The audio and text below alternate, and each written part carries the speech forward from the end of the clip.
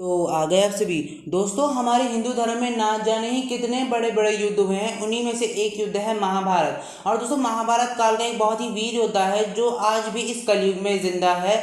जी हाँ दोस्तों, हम बात करें महाभारत कालीन अश्वत्थामा के बारे में। दोस्तों आज की वीडियो में बात करने वाले हैं उन 5 व्यक्तियों के बारे में जिन 5 व्यक्तियों ने अश्वत्थामा को देखा है। तो दोस्तों बिना किसी देरी के इस वीडियो को करते हैं शुरू। आपके अपने चैनल हिस्ट्री ऑफ गॉड में आपका स्वागत है। अगर आपने अभी तक हमारे चैनल को सब्सक्राइब नहीं किया तो मेरे चैनल को सब्सक्राइब कर दीजिए, इस वीडियो को एक लाइक कर दीजिए और बेल आइकन को ऑल पे सेट कर दीजिएगा ताकि हमारे लेटेस्ट वीडियो सबसे पहले आपके पास पहुंचे। दोस्तों पहले बात करते हैं पृथ्वीराज चौहान के बारे में। दोस्तों जो पृथ्वीराज चौहान थे वो भारत देश के एक बहुत ही बड़े राजा थे और वो मुगलों से युद्ध किया करते थे। दोस्तों एक बार जब वो मुगलों से युद्ध हार गए थे उसके बाद वो वन में ही निवास करने लग गए। और दोस्तों कुछ समय बाद जब वन में उन्होंने कुछ समय बिताया तो दोस्तों उसके बाद उन्हें एक व्यक्ति मिला जो तकरीबन 12 फीट लंबा था और उसके शरीर से लगातार खून बह रहा था, उसके शरीर से बहुत ज़्यादा बदबू आ रही थी। तो जो पृथ्वीराज चौहान थे उन्होंने कहा कि क्या मैं मदद कर सकता हूँ इन घावों को भरने में, क्योंकि दोस्तों जो पृथ्वीराज चौहान थे वो राजा होने के साथ साथ एक बहुत बड़े वैद्य भी थे और उस समय की जितनी भी बीमारियां थी उन सभी बीमारियों की काट जो थे, मतलब उन सभी बीमारियों का जो इलाज था वो पृथ्वीराज चौहान को आता था। दोस्तों तकरीबन 1 हफ्ते तक पृथ्वीराज चौहान ने उस इंसान की देखरेख की, उसकी जो इलाज था वो सब कुछ उसने किया, लेकिन वो देख रहा था कि इसके घाव तो भर ही नहीं रहे। तो उसने मन ही मन विचार किया कि कहीं ये महाभारत काल का अश्वत्थामा तो नहीं।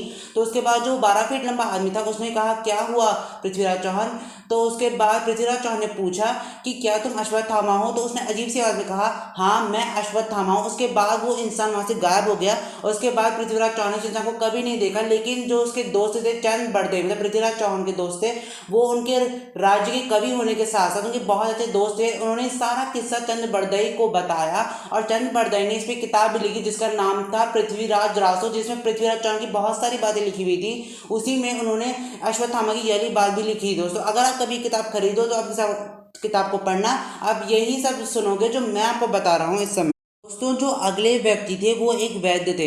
दोस्तों तो दरअसल एक गांव था, उस गांव में मात्र वही एक वैद्य रहते थे। दोस्तों एक दिन क्या हुआ कि तकरीबन 12 से 1 बजे के बीच एक 12 फीट लंबा आदमी उनके घर में आया और कहा कि वैद्य जी क्या आप मेरा इलाज कर सकते हैं। लेकिन वैद्य जी ने पूछा कि तुम्हें इतनी चोटें कैसे लगी।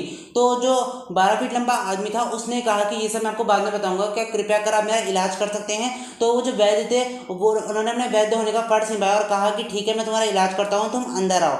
उसके बाद दोस्तों जब वैद्य जी ने कुछ समय तक उसका इलाज किया तो देखा कि ये तो घाव भर ही नहीं रहा है। तो दोस्तों उन्होंने तकरीबन थोड़ी देर तक इलाज किया, उसके बाद भी जब घाव नहीं भरे तो वो उन्होंने जब 2 बार इलाज किया उसके बाद भी जब घाव नहीं भर रहे थे तो उन्होंने मजाक में कह दिया कि क्या तुम अश्वत्थामा हो।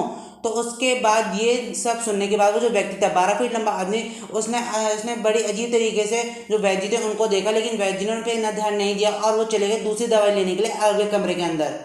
लेकिन दोस्तों जैसे ही वैद्य जी वापस उस कमरे में आए तो वो क्या देखते हैं कि वो व्यक्ति वहां पे था ही नहीं। तो दोस्तों अब आप में से बहुत सारे लोगों का सवाल होगा हाँ शायद नहीं होगा, शायद वो भाग गया होगा। लेकिन दोस्तों अजीब बात तो ये थी कि जितने भी कमरे थे, मतलब खिड़की दरवाजे थे और बाकी के जितने भी कमरे थे वो सभी अंदर से बंद हो रखे थे। तो दोस्तों वो व्यक्ति बाहर गया तो गया कैसे, ये सवाल तो अभी तक किसी के समझ में ही नहीं आया। दोस्तों ऐसा तभी हो सकता है जब किसी के पास दैवीय शक्तियां हों, और दोस्तों इस कलयुग में दैवीय शक्तियां मात्र सप्त चिरंजीवियों के पास ही हो सकती है। दोस्तों हम बात करते हैं अगले व्यक्ति के बारे में। दोस्तों जो अगले व्यक्ति थे वो उत्तर प्रदेश में स्थित सीतापुर गांव में रहते थे। दोस्तों सीतापुर गांव में जो शिव मंदिर है उसकी ये मान्यता है कि वहाँ जो अश्वत्थामा है वो आते हैं और पूजा करके चले जाते हैं और कोई भी उन्हें नहीं देख पाता। दोस्तों जो वो व्यक्ति थे उन्हें अश्वत्थामा में बहुत ज़्यादा यकीन था, तो वो देखने के लिए गए कि क्या सचमुच अश्वत्थामा आते हैं। तो वो रात के तकरीबन 11 बजे से लेकर सुबह के 2 बजे के बीच में मंदिर में गए और दोस्तों उसके बाद वो अचानक भाग भाग कर वापस आए और जब उन्होंने कहा कि मैंने वहां एक 12 फीट लंबे आदमी को देखा जिसके शरीर से बहुत ज़्यादा गंदी बदबू आ रही थी और उसके शरीर में घाव लगे हुए थे और उसके सर से भी लगातार खून बह रहा था और ये भी कहते रहे कि मैंने अश्वत्थामा को देखा, मैंने अश्वत्थामा को देखा। और दोस्तों यही सब तकरीबन 2-4 सालों तक चलता रहा। उसके बाद दोस्तों वो जो व्यक्ति थे उनकी मौत हो गई। दोस्तों अब वो हमारे बीच नहीं है। लेकिन दोस्तों जब उनका मानसिक संतुलन बिगड़ गया उसके बाद भी दोस्तों वो अश्वत्थामा ही बोल रहे थे। दोस्तों कहा जाता है कि सप्त चिरंजीवी सिर्फ और सिर्फ उन्हें ही दिख सकते हैं जो ऊपर से लेकर नीचे तक पूरी तरीके से शुद्ध हों, जिन्होंने जिंदगी में कभी कोई पाप ही नहीं किया और जो पूरी तरीके से भगवान की भक्ति में रखते हैं। दोस्तों कहा जाता है ना, भक्ति में ही सबसे बड़ी शक्ति होती है। दोस्तों हम बात करते हैं दूसरी जगह के बारे में, और दोस्तों ये कोई इंसान नहीं बल्कि पूरा का पूरा होटल है। दोस्तों कहा जाता है कि मध्य प्रदेश में एक होटल स्थित है जो बहुत ही आलीशान है। कहते हैं कि वहाँ हर महीने के आखिर में या फिर बीच में एक व्यक्ति आता है जो तकरीबन 12 फीट लंबा है, उसके जैसे खून बहता रहता है और उसे बहुत गंदी बदबू आती है। और दोस्तों होटल में रखा गया वो सारा का सारा खाना खा जाता है और कोई उसे रोकता भी नहीं है। दोस्तों जब पूरा खाना खत्म कर लेता है तो उसके बाद दोस्तों उस पर तकरीबन 100 लीटर पानी पीता है और उसके बाद चला जाता है, और कहाँ जाता है ये कोई नहीं जानता। दोस्तों और दोस्तों लोग उसे रोकते भी नहीं क्योंकि उन्हें लगता है कि ये महाभारत काल का अश्वत्थामा है और भगवान शिव के अवतार होने की वजह से अगर हमने इन्हें रोका तो हमें पाप लगेगा, इसलिए कोई इसे रोकता भी नहीं है। लेकिन दोस्तों अगर 2 मिनट के लिए मान ले कि ये भगवान शिव के वो अवतार अश्वत्थामा नहीं है, ये महाभारत के अश्वत्थामा नहीं है, तो ये है कौन? दोस्तों अगर ये अश्वत्थामा नहीं है तो ये इतना सारा खाना कैसे खा सकते हैं? और दोस्तों यदि खा भी लेते हैं तो उसके बाद दोस्तों इनके शरीर में जो घाव है इन्हें सहन कैसे कर पा रहे हैं और कैसे 100 लीटर पानी पी लेते हैं? ये कैसे संभव हो सकता है किसी मनुष्य के लिए? दोस्तों हमारा विज्ञान भी कहता है कि कोई मनुष्य इतना तो नहीं खा सकता। दोस्तों मैं ये बात जरूर मान सकता हूँ कि जब कोई मनुष्य तकरीबन 1 साल तक भूखा रहता है तो वो बहुत सारा खाना खाता है, लेकिन दोस्तों इतना भी नहीं खाता। दोस्तों इस मनुष्य का क्या रहस्य है ये तो अभी तक नहीं सुलझ पाया। दोस्तों अब बात करते हैं अंतिम जगह के बारे में जो एक गुफा है।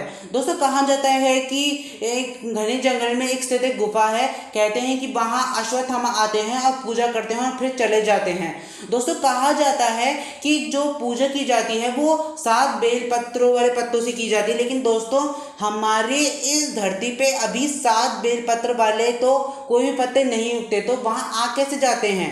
और दोस्तों हैरानी की बात तो ये है कि कोई भी उन्हें पूजा करते हुए देख भी नहीं पाता। 2 साल से कुछ टाइम पहले की बात है कि कुछ लोगों ने मंदिर के अंदर कैमरा लगाए ताकि देख सके कि ऐसा क्या हो रहा है उस जगह पे, क्या क्या अश्वत्थामा सचमुच आते हैं। तो दोस्तों क्या देखते हैं कि कैमरा कुछ सेकंड के लिए बंद हो गए और दोस्तों सिर्फ कुछ ही सेकंड में कोई पूजा किसी ने कर ली और वो वहाँ से चला गया।